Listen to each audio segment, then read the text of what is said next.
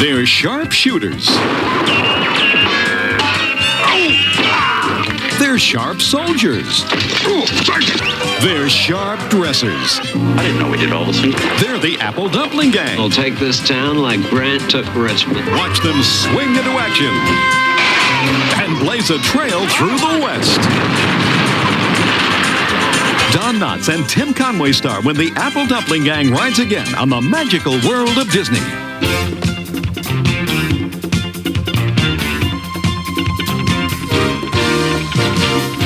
Welcome, one and all, to yet another episode of Escape from Walt Disney, the podcast where we review movies, TV shows, and short films available on the Disney Plus streaming service, chosen completely at random. I am your host, Tony Goldmark. Joining us today via Zoom, all the way from Burbank, California, Kaylyn Saucedo. Hi. And Josh Saucedo. Hello, everybody. And joining us for the very first time on Escape from Walt Disney, all the way from Minneapolis, Minnesota, he practically needs no introduction. You know him from such long-running web series as History of Power Rangers, Long Box of the Damned, and of course Atop the Fourth Wall where bad comics burn. You know him from Atop the Fourth Wall the movie. You know him from the audio drama A Voice in the Dark, and most of all, you know him as Fat Grandma. Ladies and gentlemen, Linkara himself, Louis Lovhaug! I am looking at the suggested things for today's entry. I'm just like, man, I would have rather covered that. Man, I saw that when I was a kid. I'd love to see that again. Well, what we are covering today is a little Disney classic called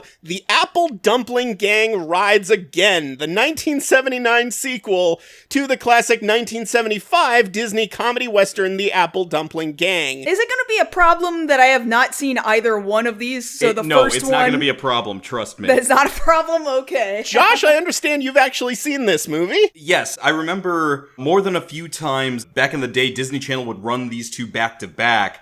Admittedly, I've seen the first one more times than I have the second one, so it's going to be interesting going back over this one because I think there was a specific reason for that. Like, I had a preference for the first, so going to see why it is I don't remember this one as well. The Apple Dumpling Gang is a pretty big blind spot in my Disney knowledge. I, too, have never seen either movie. Louis, have you ever seen either of these? I saw the first movie as a kid. I want to say they were based off of a book, and I read that too. It was either elementary or middle school. I recall vaguely the plot concept of why they're called the Apple Dumpling Gang. Although, given the description of the sequel, it looks like the actual Apple Dumpling Gang isn't actually in the movie. Unless I'm wrong here. Basically, the plot of the first movie was like a couple of bumbling criminals run across some kids, and the kids help them, and they declare that, yeah, we're the something-something gang, and you're the Apple Dumpling Gang. Man, we could have been watching the something-something gang. The kids are the Apple Dumpling Gang. So from this description, it doesn't look like the Apple Dumpling Gang is in this. Is this some kind of a turf war? What is this? It's more of a misnomer than anything else. Okay. It's a war among transphobes, yes. That's what it is. Yikes. The suggestions here, the sign of Zorro will be cool, the story of Robin Hood, Herbie goes to Monte Carlo, man. This is, of course, one of many, many Disney movies of this era in the 1970s to star Don Knotts and or Tim Conway. In fact, both of them are the titular Apple Dumpling Gang. Oh, this is one of the Don Knotts ones? Yes, this is a Don Knotts one. Apple Dumpling Gang might arguably be considered the Don Knotts franchise. It's one of the big things that he's known for. I mean, this was the era in Disney history that I like to call the what would Walt have done era. It was the era after Walt had died in 1966, but before Michael Eisner and Jeffrey Katzenberg and those guys took over the company in 1984. And during that period of almost 20 years, basically a bunch of Walt's former yes men were running the studio, and they didn't have a lot of creativity on their own. They always just deferred to whatever Walt wanted to do. So now they were left without Walt, and they just kept asking themselves, well, what would Walt have done? What would Walt have done? And Walt loved really goofy slapstick comedies like this, so in the 70s they put out a lot of really goofy-ass slapstick comedies. It's the era where you can ask the question, what was Don Knotts not doing that weekend? Exactly. I mean, this was the 1970s. This was the decade of the new Hollywood movement, when all of Hollywood was being transformed by the likes of Scorsese and Robert Altman and the film school brats like Coppola and Spielberg and George Lucas. And you had stuff like Taxi Driver and The Godfather and Star Wars and Jaws, and cinema was changing before everyone's very eyes. And at Disney, they were all just stuck in the 50s and 60s and going, nope, Apple Dumpling Gang rides again. That's all we're putting out. I know there's so much cinema veritas going on, but no, I really want to see what it's like when Don Knotts coaches a donkey to football victory. Yes. I need to see that story on the big screen. Gus, you gotta love Gus. I mean, this past March, we had Muppet Month on Escape from Walt Disney, which ultimately won the Twitter poll, but a very close second was What Would Walt Have Done month. Mm-hmm. This is our follow-up to that. Yeah, exactly. You're gonna have to do that at some point. This week is for all the What Would Walt Have Done month stans who are really disappointed that it lost to Muppet Month. The thing you can say about the first one is it has the Incredible Hulk. Lou Is Lou Ferrigno? Ferrigno in it? Bill Bixby. The first one has Oh, Bill Bill Bixby. Bixby, okay. Banner. It has Banner in it. They're Sure, technically sure. the same person. Well, just from the cast list here on Disney Plus, I'm noticing this sequel has Tim Matheson in it and Kenneth Mars. And Jack Elam. Who's Jack Elam? Jack Elam was a character actor, did a somewhat memorable performance on The Twilight Zone in Will the Real Martian Please Stand Up as the cool. crazy old kook. She's just like a science fiction, that's what she is. A regular Ray Bradbury. 6 humans and 1 monster from outer space. He was in another memorable MST3K episode, The Girl in Lover's Lane, where he plays like a creepy guy who admires a girl, but some drifters come to town, and the drifters are our heroes. Girl falls in love with one of the drifters. He rejects her at first, then Jack Elam murders her because he's an asshole. Ooh. But there's a behind-the-scenes story about that where Jack Elam was such a sweet, nice guy that anytime he tried to be menacing, the girl just started bursting into laughter. Oh, man. And he's just like, you gotta stay serious, and that just made her laugh harder. Got Ruth Buzzy in this. She was great on Laugh-In. Kenneth Mars, of course, was Franz Liebkin in The Producers and the Constable in Young Frankenstein. Great character actor. I mean, we talked about this a few months ago when we covered The Cat from Outer Space on this podcast from around the same time period. Disney employed a lot of really good character actors who were a little past their prime, to put it charitably, but still really great talents who weren't really getting much of a chance to shine from the rest of Hollywood. I mean, I don't want to say Disney was the proto-Tarantino, so I won't. Growing up, a lot of the time, my sibling and I, we were watched by my grandmother, and there were 2 things that were constantly on in the house, and that was Andy Griffith and the Carol Burnett Show. So I'm very familiar with Don Knotts, just constantly hearing it, Andy, all through the house. And then just remembering Tim Conway cracking up Harvey Korman so hard during that dentist sketch. Like, I go back and watch that a couple times a year. That thing is comedy gold. Novocaine. Here we are, Novocaine. Take a firm hold of the hypodermic needle. Right.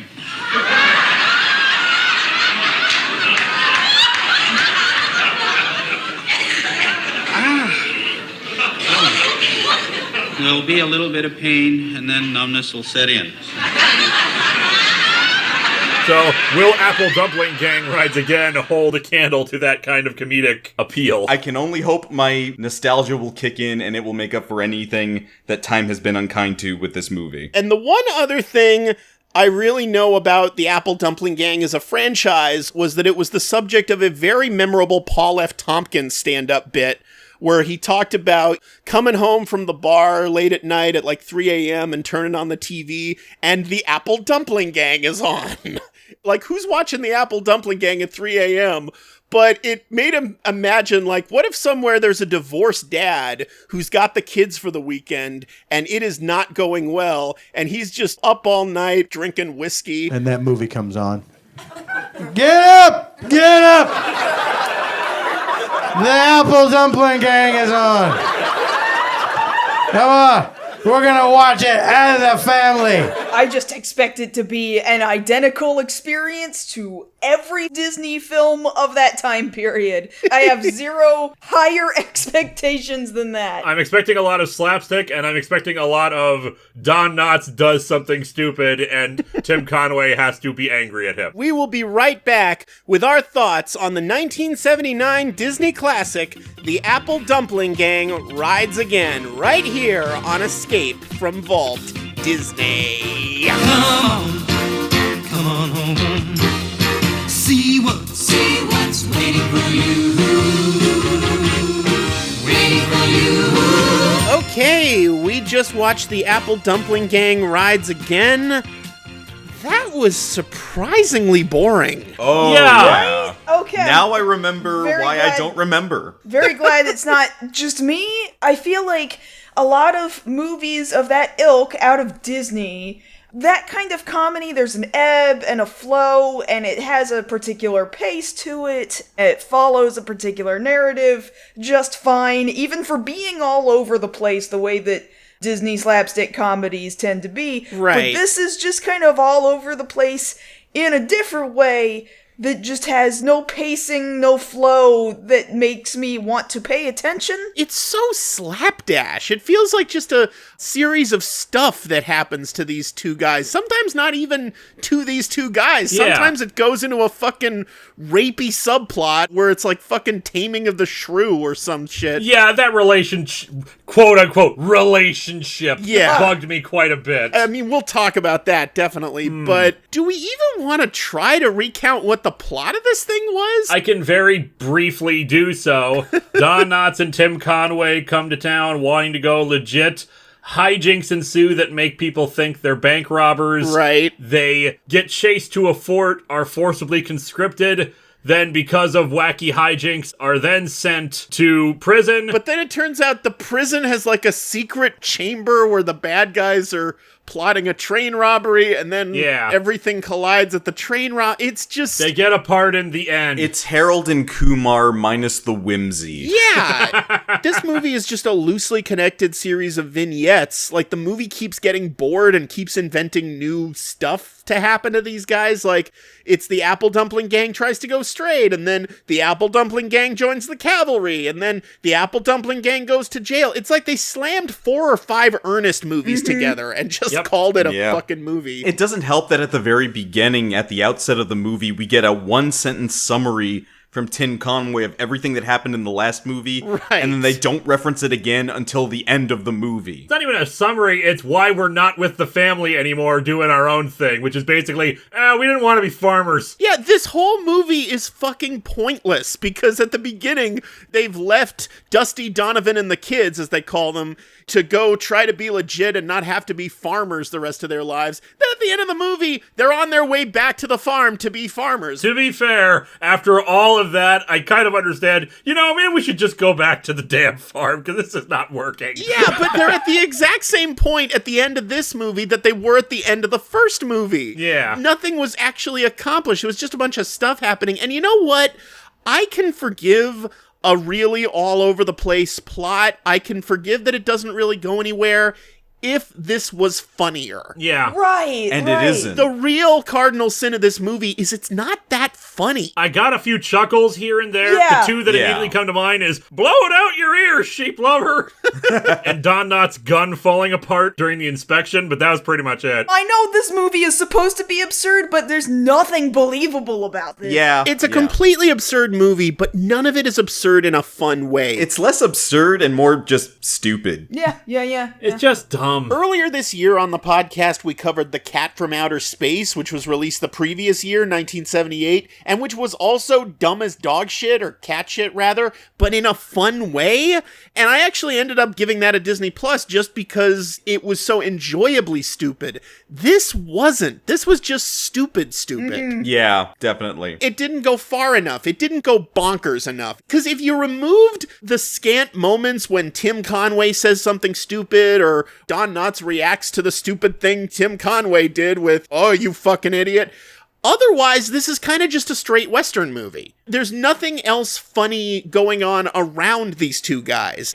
In good comedies, either it's not just the one main guy or the two main guys being funny, it's everyone else in the cast being funny as well, or if it is just the main one guy or two guys in the cast being funny, they're in it way more than the Apple Dumpling Gang was in this. Where's this B plot going over here? Wait, who are we supposed to care about? This movie answers the question, what if a Mel Brooks movie wasn't about anything? Oh no. Yeah. I must admit that from all the descriptions, it wasn't coming across to me that this was taking place in the 1800s. And so when I realized that was what was going on, I was like, oh, that's where we are. Yeah, it's a Western. One thing that really took me out of the movie isn't quite right because nothing put me in the movie in the first place.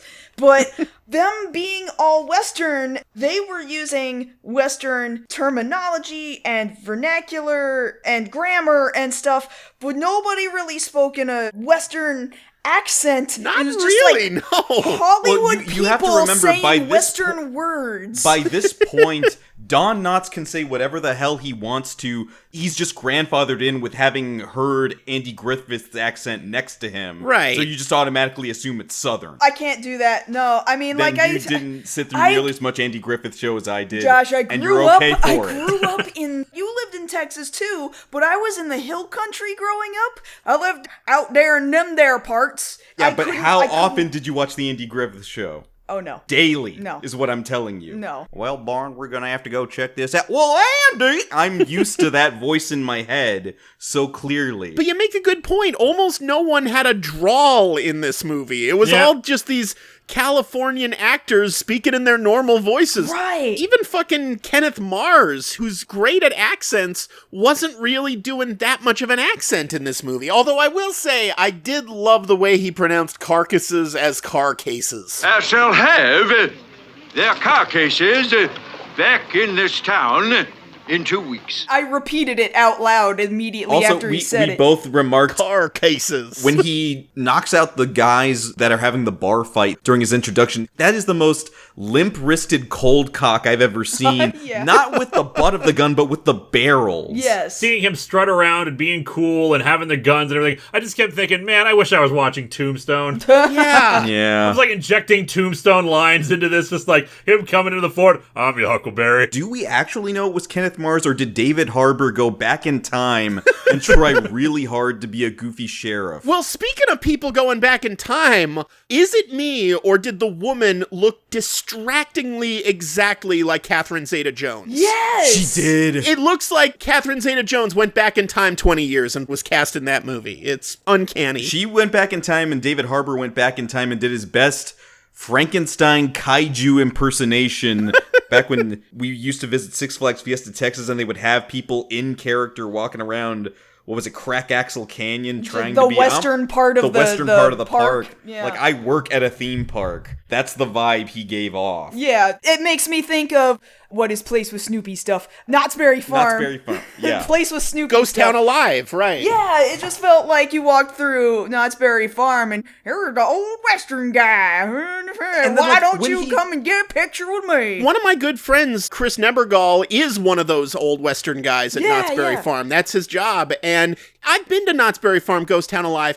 Everyone at Ghost Town Alive committed better than the actors in this movie did. Again, I haven't watched the first movie since I was a little kid. But man, I was really surprised that Don Knotts was not the idiot in this group. Yeah. That he was the straight man. No, because that job falls way easier to Tim Conway, and you see him just slip into it. There's no problem with Tim Conway being the funny man, because more often than not on Carol Burnett, he would be the funny man, and everybody else around him would be the straight man. I get you. He's the funny dentist, and Harvey Korman, usually in that show, he was cast as the straight man next to him. So it's funny watching that parallel there. But in this particular context, especially going back to Andy Griffith, when you're used to Don Knotts being the comic relief to Andy being the straight man. Yeah, exactly. Don Knotts here's the straight man. He's the angry guy who gets angry at Tim Conway for being an idiot. And he just comes off as grumpy, and he's not moving the plot forward. That's not a fun way to look at Don Knotts. Don Knotts doesn't work as the Mo of a comedy team. Yeah, no, yeah. He doesn't. I don't think he was terrible at it, but for me, he kept doing the thing like, let me speak. I can handle this better. But then, like, we never see him talking his way out of any situation. He doesn't, like, exemplify any reason why he should be the one talking. Right. At the beginning, he's dressed like Willy Wonka, but as a pimp. I wrote that down too. Don Knotts is Willy Wonka. One rare bright spot in this movie, I thought she was out of place, but I did kind of love Ruth Buzzy's sheer exuberance. Yes. She was one of the only people in this movie showing any enthusiasm whatsoever, and I appreciated that. I want to have as much love for life as this old lady. Yes. Just getting her kicks out of the sheriff dude, getting it handed to him. Wooly had to drop on them, and they still outgunned them. They's faster than scolding cats, them too. Went that way, stupid! It's very much the same in another movie, the North Avenue Irregulars. When she shows up in that, she's just a breath of fresh air. Right. It's funny, but it's still kind of serious, and then she shows up seeming serious and then becomes more invested in the caper that they've got going on there. Right. And she's very good at that. Harry Morgan is also in this movie, and he was in a lot of Disney movies around this era. He was also in the first Apple Dumpling Gang, playing a completely different character. Exactly. You guys were just going to completely ignore that? Okay, Yeah. gotcha. It's like David Cross in the first two Men in Black movies. But he was also in The Cat from Outer Space, basically playing the same role he plays here of the stern, uptight military guy who's the no-nonsense authority figure. And again, he's doing the same goddamn voice. He's not attempting a drawl either. Even if I could explain to Washington what happened, they'd never understand. But he's trying his best to act. He's trying. Harry Morgan's a great actor. Dragnet, MASH. Oh, it's yeah, just, he doesn't absolutely. really have variation. He knows how to play his part and deliver his lines well, but he's not going to try to put on an affectation or something. Thank you for telling me who Jack Elam is, because yeah, he is legitimately great in this movie, and he's one of those, oh, that guy actors. Oh, yeah. Him playing Big Mac. Yeah. Big Mac, yeah, he's the perfect grizzly tough guy in this. Where is this Big Mac? Where is this crispy chicken sandwich? The one big sequence that did actually get some laughs out of me was the one where they're trying to put the money back in the bank by those ropes, and the timing is thrown off, and Don Knotts ends up swinging on the rope into the bank with it, and they play the Man on the Flying Trapeze over the soundtrack. It's big, broad, comical stuff, but at least there, okay, this is the kind of slapstick sequence you'd see in an old Harold Lloyd movie, or a Buster Keaton movie, or a Chaplin movie. That's the sort of thing they're invoking here, and I could respect it on that level, but that's the only scene in the movie that goes that far with it. I wrote down in my notes for that scene, it was the opening to The Dark Knight, but in 240. Right. And in reverse. The Apple Dumpling Gang does not even push forward a lot of the slapstick. The slapstick just kind of happens around them because of their mule or something. Their mule pushes forth a lot more of the problems. I felt so bad for that mule sometimes. The opening of that movie going downhill with two dudes on its back, I was just like, the this mule poor is, thing. they're telling you up front, the mule is literally carrying this movie. Right. Sudden total shift as we see the wagon on fire. The Apple Dumpling Gang strikes again! Knotts and Conway are so passive in this movie. Like, they barely do anything. Again, stuff just kind of happens to them. Like, they're trying to get their picture taken, and the mule wanders into the photography studio and messes everything up. Antics! That was the first moment I was like, look! Antics! It's the antics happening. I feel like that early bank scene where they get robbed and then confused for the robbers could have been so much funnier than it was. Because the idea of bank robbers pretending to be the tellers and they're inadvertently giving away their money to them when they think they're depositing it. Like, there's stuff to mine there, but instead they just waste half the scene on that stupid business with the plant. Right, the plant! I said out loud, why is he doing that? Yeah. Why did he decide this was important? And I realize it's to be dumb and silly and slapstick, like that's what that we do, to me but speaks more to like the Carol Burnett sensibility of if Tim's just doing business with a prop, it works a lot better when you've got a live audience and they're reacting to him fumbling around with the plant and trying to put it back together. But when you're cutting to him, cutting away, and then cutting back, and there's no reaction, it doesn't work. They just wrote a basic Old West script, and they're like, okay, well, we'll just have Don Knotts and Tim Conway stumble with a plant for 3 minutes, and then that'll be where the laughs come from in this scene. It was so lazy. It's not even a very compelling plot. No, I figured out that Ravencroft was the villain as soon as Harry Morgan declared, I am being relieved of my position here. 2 weeks from today, Lieutenant Ravencroft will be promoted and will assume command of the post. Oh, okay. If they're not sending someone else to deal with this situation, then clearly Ravencroft did this so he could get control of the fort. By the way, do you think that was a reference to voice actor Thurl Ravenscroft? Oh. I could not say. Thurl Ravenscroft, the voice of Tony the Tiger, among others. But first we'll start with a complete breakfast, including my vitamin pack Frosted Flakes. They bring out the tiger in you. Did a lot of voices for Disney, especially around this era. I doubt it. This movie was not great. Oh my god. So anyway, Ravencroft is engaged to Harry Morgan's daughter, and they're gonna announce their engagement at this big party at the fort where he straight up says, It's gonna be quite an evening, isn't it? I want everything to go perfectly. Oh, that's my cue. Light everything on fire. Let's keep assigning the people known for screwing things up to screw things up. And of course, they fuck up with the punch bowl and the cake goes flying into Kenneth Mars's face. And you think that's just gonna be the beginning of this big wacky slapstick scene. Giant food fight. But then the place it goes is, fire. Suddenly a gritty fucking disaster movie. Like, I thought we were gonna have the food fight at the end of Blazing Saddles, and then we got the towering Inferno. I did get another laugh. Better get that punch bowl on the table or the cook's gonna be mad. Yeah. Yeah. As they're watching in horror as the whole fort goes down in flames. You guys burned down F Troop. I mean, I get that ostensibly it's supposed to be a laugh that, these wacky idiots set the whole fort on fire with their shenanigans. That fire was fucking intense. Yeah. It was filmed like Backdraft. Like, the explosion, like, they spent a really good chunk of the movie being like, man, we really want you to appreciate the size of this fire. They let people go and stand in the fire, step on the fire. The major yells, clear the area! And then he and his daughter run towards the fire?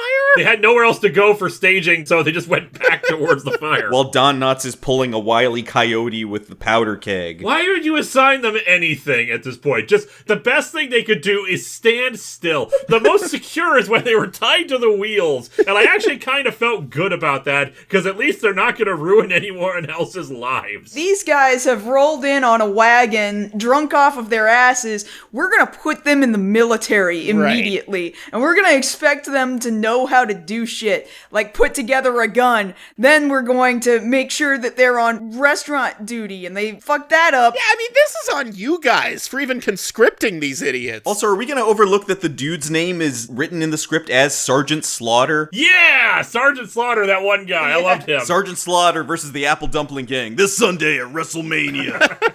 Here's what I do not get. This was during a time period where, yes, you could be forcibly conscripted like this. It's why there was a problem with deserters and whatnot. Right. So why in God's name were they sent to prison and not executed?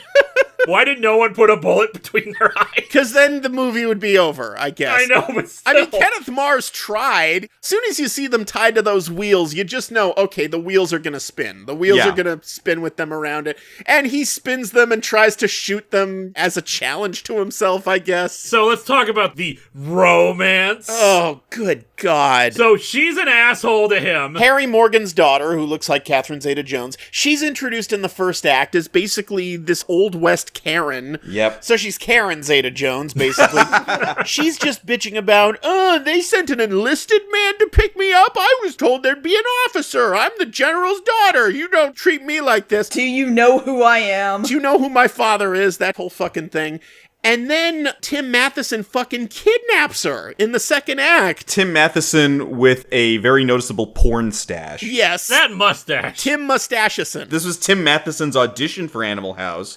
I get that. Animal House was a year earlier than this. Was He'd already done Animal House by this point. Good God. And then forces her to do manual labor at the House of Martha is apparently her name. Why did you say that name? Exactly, there you go. Why did anyone say that name? Also, Martha's blind, right? Yeah, is she blind? Is that what it was? It looked like she was blind and they didn't want to explicitly say it. She keeps looking away from people when she talks to them. It's like she's reading off cue cards and they're not good at hiding it. I always just thought she was rude and didn't look anybody in the face. I don't think she ever once looked at the characters. She's just staring off into space the whole time. Is it because she was blind? Is that what they were implying there? Either she's blind or she's that much of a classically trained stage actress and then just can't do it. But wait, doesn't she specifically say, like, oh, he's in love with you. I can tell by the way he looks at you or something. No, the way he says your name. Maybe they were trying to imply she was blind without actually saying it or giving her, like, false contact lenses or something. Right. She says, oh, well, he's in love with you. And the woman who's been fucking kidnapped starts getting all squishy, flustered and giggly. Oh, you really think so? Oh, my kidnapper's in love with me. Oh, I've got the vapors. I've hated it all up until this moment, but now suddenly I feel differently about it. And the blind woman says, you're a lucky girl. She's got Stockholm Syndrome, lady. He's had like 3 conversations with you, all of them where you hate him and scream abuse at him, despite him saving your life. But he's also being an abusive jackass. To be fair, though, that was a good tackle when he saved her. That was at least first down. That was a pretty good tackle, yeah. I mean, sorry about your dress, but at least we're in field goal range. I don't know how there was that much mud right there and nowhere else. It was amazing. Beautiful mud. Amazing mud. The mud. The mud was Props great. on the mud in this movie. Did she only have 2 dresses? She like had the fancy one she came out on, realized it was a bit too hot, so she changed into something lighter. Well, I think she was angry because she had just bought that new dress. She just paid for it and it already got ruined. Eventually, she leaves her kidnapper and comes back, but it's been like a couple days, and nobody, when she gets back, is like, oh, well, there you are. Where have you been? We were worried about you. Yeah, she just shows up. There's a scene missing. I was expecting them to turn around like, oh my god, Millie, you're back. Can you tell us where he took you? Can you give us more information? Nobody asked where she was when she left in the first place. When Dudeface got thrown off the carriage by Kidnapper, he wasn't like, hey, so your daughter just was carried off by this other dude. Maybe you should be worried about that. Yeah. That didn't happen at all, and I was just like, why? We want to send someone out to look for her. We've already got 4 patrols out, can't look for her, oh well. And then, during the train job, when he reveals that he's actually, from military intelligence, investigating all this. Right. Look, we gotta keep you safe before I get married to you. And she's just like, oh, married? Yeah. You're already engaged to Ravencroft, and you don't know he's the bad guy yet. And you know what's really fucking sad? Her suddenly realizing, oh, I do want to marry the man who fucking kidnapped me. That's literally the closest anyone in this movie has to an arc. Yeah. She's the only character who changes at all. And I don't even think that whole kidnapping subplot was okay anymore in 79. Speaking of not okay anymore, can we talk about those indigenous people at the end? Oh, man, we were gonna have to get there eventually. I don't think a number of them were indigenous. I don't think so. They were definitely played by white dudes. Not even in red face. Yeah. It didn't even look like they had any makeup on. They had such a small part in the story, and their part is based off of something that happened off screen. Right. 2 scenes previous, the half explanation is you suddenly see Tim Conway and Don Knotts in those blankets. Right. And then we get the explanation later on, oh, they traded the mule for the blankets, and the mule ran off. That's why the native people chased the train, because the white people cheated us because their mule ran away. How is that their fault? Blaming the white people for cheating with blankets, I'm like, no, that tracks. No, I mean, that is fair, but still, the mule ran away from you guys. Yeah, it seemed like overkill to stop a train and start firing arrows through the windows over 2 blankets. No matter how much pop culture has told us, haha, we're gonna get one over on these guys who don't know anything about actual trade or the value of anything, haha. Right. I don't think they were that dumb to feel that these 2 blankets were gonna be worth the halting of a train in Plus a violent all the manner. ammunition they're wasting. Yeah, right? Just to get like, the blankets back. They knew about the train job. They were going to be recruited to be a part of it. Why did they try to leave by this train? Why did they not wait until night? Because they're fucking idiots. None of this movie operates by rhyme or reason, which, again, would be forgivable if it was funnier, but it's not. Stupidity, when you use it as a plot device, has to be written smartly. Exactly. Otherwise, it's just stupid. And again, like half the time, it's not even their fault. No, just crap happens. What's it say about a movie when peeling a frowny face into a potato is honestly one of the best laughs? That was, I laughed. I legit It was laughed. cute. It was a potato with a frowny face. It's like, that's the level Unbelievable. of comedy in this movie. It's also the level of misery we all felt. Right. Why are we here? I imagine that had to have been an ad lib. Like, all right, we need you guys to be peeling the potatoes. Action. And then Tim's like,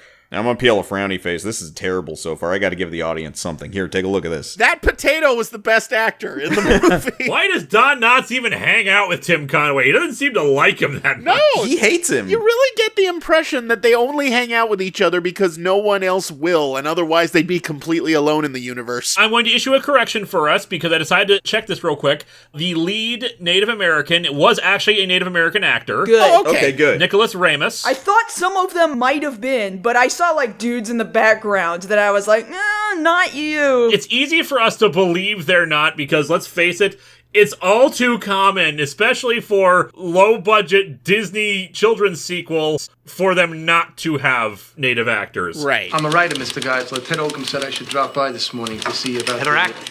Huh? No, I'm a... We need Indians for a Norman Steele Western. I'm a writer. Ted Oakham... Think about it, think. Writers come and go. We always need Indians. Every time Conway or Knotts picks up a gun, they suddenly go from having the worst luck in the world to the best dumb luck in the world. Like in The Bank, they accidentally drop their guns and the bullets ricochet and shoot Kenneth Mars in the hand. Perfectly. Or in the secret cavernous Bond villain lair at the end when they accidentally shoot Jack Elam's cigar. I will give it this. I actually thought that Big Mac's plan was actually pretty clever. The idea of, well, this prison was built by military prisoners, right, and they found this cave system underground. We decided, why would we want to just live on the run everywhere when instead we can use it as a secret base, leave to go commit crimes, then live like kings right here? That's actually kind of clever. Yeah, but they're still kind of on the run whenever they leave the prison. True, but no one's going to be looking for them at the prison. I guess. Where would you not look for criminals that are on the run? The place where you're trying to put them. Yeah, I guess so. Unfortunately, that's the most clever part of this movie. Is there even any point in asking what the fuck they were trying to accomplish by dressing up as saloon girls? Yeah, they were trying doing? to leave out the bad. Obviously, they were trying to get away. Why did they dress up like this if they weren't anticipating the need to go out on stage and dance? Right. Exactly. By the way, Back to the Future Part 3 stole a joke from this movie. Where's the back door? In the back. Listen, you got a back door to this place? Yeah, it's in the back. They're trying to find the back door, and instead they just go to the dressing room, and they think, well, I guess we'll change into these outfits. And put on makeup on top of that. Like, they went the whole mile. They put on lipstick! Yeah. That might have been a little funny, like, you need to hand me the rouge. I'm trying to hide my face. But why? Why were they doing this? Instead, it just cuts to them wandering onto the stage in these fucking saloon girl outfits, and then they have to fucking dance. And be catcalled and harassed. And no one can tell it's them, because it's fucking Wild Wild West logic, I guess. And the fucking donkey keeps showing up. Donkey, golly. That donkey just loves that man so much. That donkey is so loyal. He's just his best friend. I realize the joke is that Conway and Knotts aren't really doing anything. They're just these victims of circumstance that things keep happening to. But they're such passive characters that it's hard to even care about them. They're barely involved in the finale. They just suddenly decide, oh no, the natives are coming back to us to try to get their blankets back. Let's go hang out with the train robbers. Oh no, we're turning on the train robbers. Yeah, we were totally on the side of law and order. Don't arrest us. One movie this movie reminded me a lot of, the second episode of this podcast over a year ago, was on a really terrible 90s Disney movie called Meet the Deedles. Oh, now, God. This was not as bad as Meet the Deedles. I'll give it that much. The acting in this in particular was much better. But it did feel like a similar perfunctory stuff just happens because it happens vibe. And every plot inconsistency can just be written off as, oh, well, these people are idiots. But they're not charmingly idiots, you know? They're just kind of obnoxiously idiots. That cinematography, you were mentioning this, Tony, at the beginning of all this, how while other things were happening cinematically within Hollywood at around that time period and things were getting experimental, it just felt like the shots had not aged since like 1962. They were just doing the same thing. Right off the bat, it felt like a TV movie. Yeah. The Disney aesthetic was just stuck decades earlier. They weren't moving forward with it. I mean, for most of the 70s, the Disney executives' rationale was, well, sure, Hollywood is evolving and changing all around us, but that's for adult movies. We're still the #1 game in town for family movies. When parents want to take their kids to see a nice, clean, wholesome G-rated family movie, movie, they take them to see Disney movies. That's the niche we're filling. And then in 1977, of course, a little film called Star Wars comes out, and the Disney execs realize, well, shit, we need to up our game. Okay, let's make The Black Hole, which came out later the same year as this movie. And yeah, we could have watched The Black Hole. Then the following year, they released another Herbie movie. So even at this point, they were like 1 foot tentatively in the future and several feet stuck in the past. In terms of timing of when these ideas, if you take the basic concept of this movie and make it a year later with a different studio and with more focus on your comedic actors, you get stir crazy. Yeah, pretty much. I feel like Peter Sellers would have drastically redid a lot of the slapstick of this. Peter Sellers in any role, replace Don Knotts, replace Tim Conway, hell, replace Kenneth Mars, and that would have been a way more interesting movie to watch. I was just so shocked that this was 79? 79. It's just only a handful of years before I was born, and a movie looks like this? Yep. This is the same year as freaking Richard Donner's Superman. Yeah. Richard Donner's Superman was a year earlier. That was no, 78. you're right, 78. This was the same year as Alien and Apocalypse Now and the first Star Trek movie. I mean, The Empire Strikes Back was only a year away, for God's sake. Jesus. And even as far as comedy, 1979 was the year of The Jerk and Life of Brian. And The Jerk was cinematically extremely different. Yeah, absolutely. Yeah, the cinematography. Well, that's what happens when you have Carl Reiner at the helm. Yeah. And the Muppet movie. The Muppet movie came out in 79. That was the biggest kids movie of the year. Blew this shit right out of the water, and small wonder. I was pretty on the verge of knocking out a couple of times, I'm not gonna lie. I was just so bewildered that it wasn't at least as up to par with other Disney films of its ilk, of its time period, or older. Like, I've seen episodes of, like, The Rifleman or Gunsmoke or friggin' F Troop that were more funny and well put together than this movie was. The director of this was Vincent Macavity, who was in Disney's stable of directors at the time. He also directed Gus, the field goal kicking mule. Which is a better movie. Along with Herbie Goes to Monte Carlo and Herbie Goes Bananas. We could have watched Herbie Goes to Monte Carlo. And $1 Million Duck. I love $1 Million Duck. He directed a lot of movies like that in the What Would Walt Have Done era. And interestingly, another weird blip on his filmography, one of the few non-Disney projects he directed was the 1974 Wonder Woman TV movie with Kathy Lee Crosby. Oh. That was him as well. The one where Diana was inexplicably blonde. Let me make love to you. Why? Because your eyes reach into You mine. misunderstood me. I didn't mean why should you want to. I meant why should I? I was kind of expecting things to tie together more, like maybe the Marshal has his moment of redemption in the end when he realizes that he's been chasing the wrong people, or helps save the day and everyone's like, yay, he's great and awesome. No, he's just drunk and depressed in a bar, and then they're exonerated off screen. Everything is suddenly wrapped up in a nice bow in the very last shot that lasts like 30 seconds. Right. Well, and then all that happened, and I guess we're just gonna go back to the farm. I'm sure the kids are gonna love this story. It's a very television ending. Like, everything will be back to normal next week. Next week on Apple Dumpling Gang. And as those credits roll, the time has come to answer that question that has baffled mankind and Apple Dumpling kind through the ages, namely, what's the attraction? As far as I'm aware, there has never been any official Apple Dumpling Gang representation at the Disney parks. But of course now, for some ungodly reason, the Apple Dumpling Gang Rides Again is going to be the most watched title on Disney Plus, because I said so.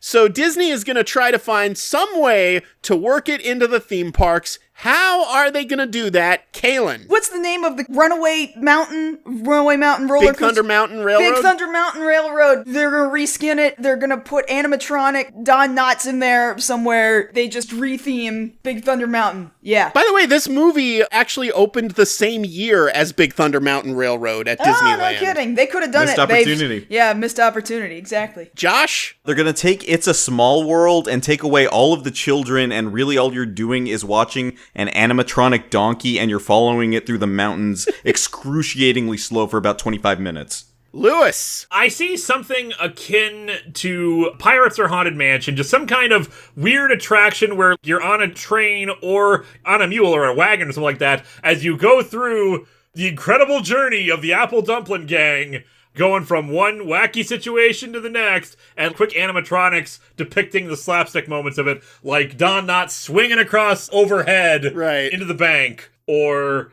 oh no, they were burning down the fort.